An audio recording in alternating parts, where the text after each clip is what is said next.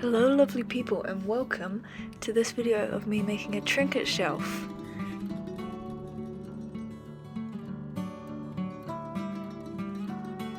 It was a bit of a bitch of a process, it took ages, much longer than expected. When I saw photos of it online I went, oh, I could make that, I could do that real easy. No, it took in fact multiple weeks, but here's my process. So I started with making a cardboard base, just the general shape, and then kind of sticking shide on it and then filling out the shapes of the pockets I wanted in the middle. I made this entire thing out of paper clay, cardboard, paper clay, and then I ended up using joint compound on the top because, I mean, you'll see later, but it didn't give me the effect I wanted, and then sanding that down.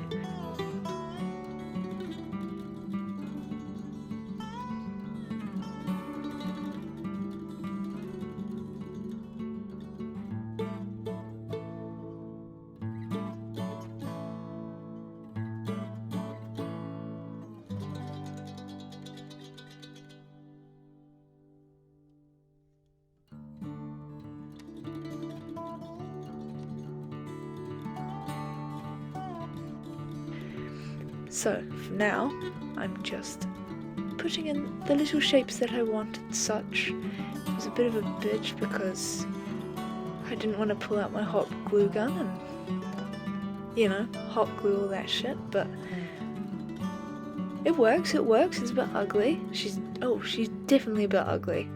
Excuse me for being a bit loose in my language. I did have a script written, and as I started reading it, I realized, oh, this is going to be a little bit too short, and I also wrote it in shorthand, so I can't really read it.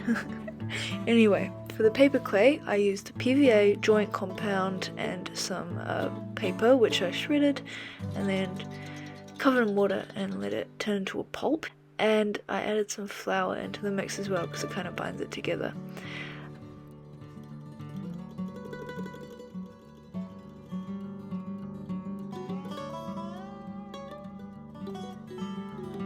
Here are the videos I watched to kind of make the paper clay. Warning, when you're blending this shit up, it could very easily burn your blender stick out. So easily, just so easily. You'll smell smoke and it just up in flames. Anyway, when it reaches the right consistency, which it was not in this clip, but it should be ready to go.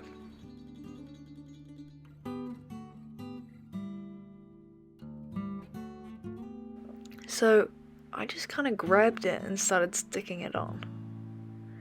And that seemed to do the trick, although it did make the cardboard swirl because I hadn't let it dry enough. But you don't see the cardboard, so that is not a problem at all.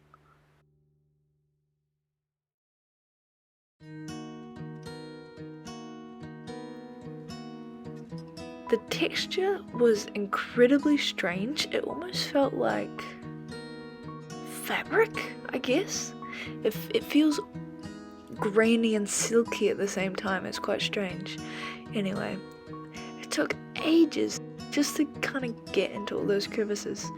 The problems I encountered was that I hadn't probably let the paper sit in the water for long enough, and furthermore I hadn't shredded the paper up finely enough.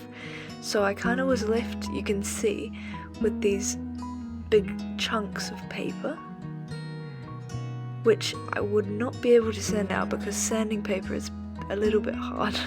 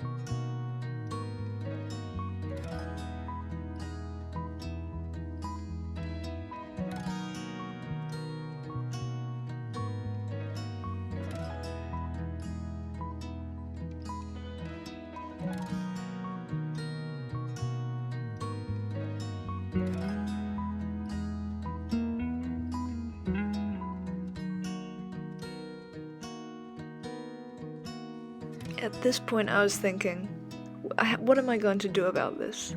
It's so textured, there's no way I'm going to be able to paint over this or sand this out. So I kind of was like, okay, I'm going to need to cover it in something, kind of to fill out all those gaps and all those little crevices and stuff. At which point I went, fuck, I've got a whole like thing of joint compound I'm not going to use. I may as well use that shit, because I bought it specifically for this. I'm not going to be using it for anything else. And so, in the next few clips, you'll see me start to use joint compound.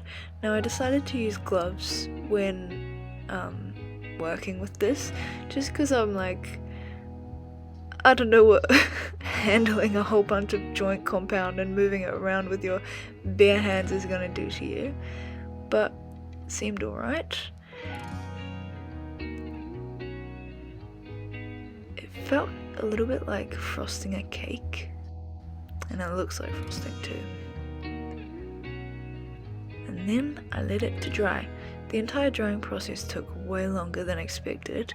Drying the paper clay took probably about a couple days, and then the joint compound another couple days.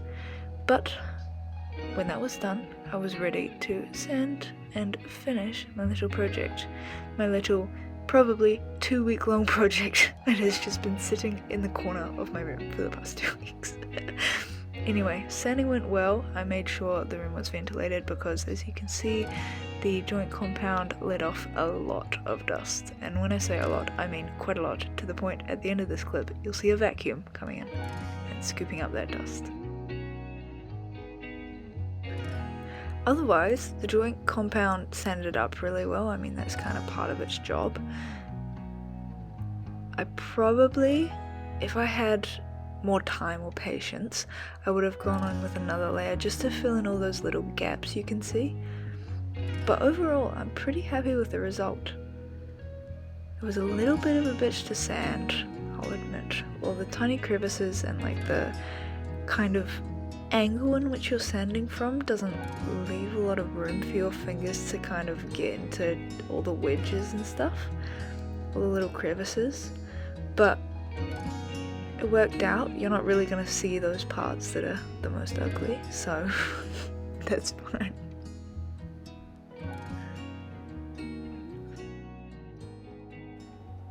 Here comes the vacuum. And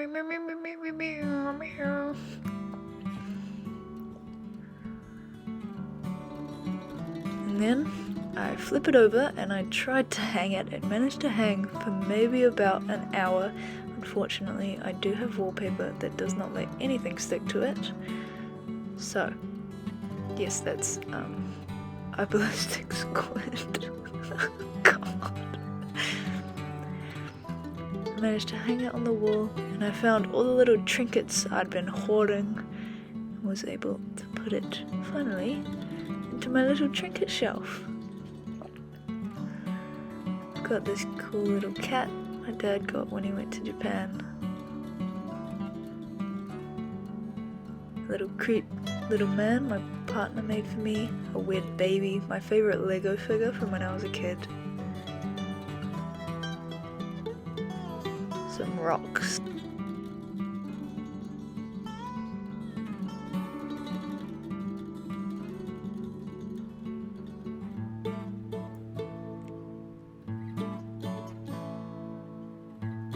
Here's a candle I made, just a little baby one, but I think it looks quite fetching, even though the pocket it's in is way too big. And a lighter to light said candle. Here's some mood dressing and the final look. Thank you very much for watching. This is the excruciating process of making this silly little trinket shelf. It did end up falling down quite soon after filming this, but thank you for watching. Have a wonderful day.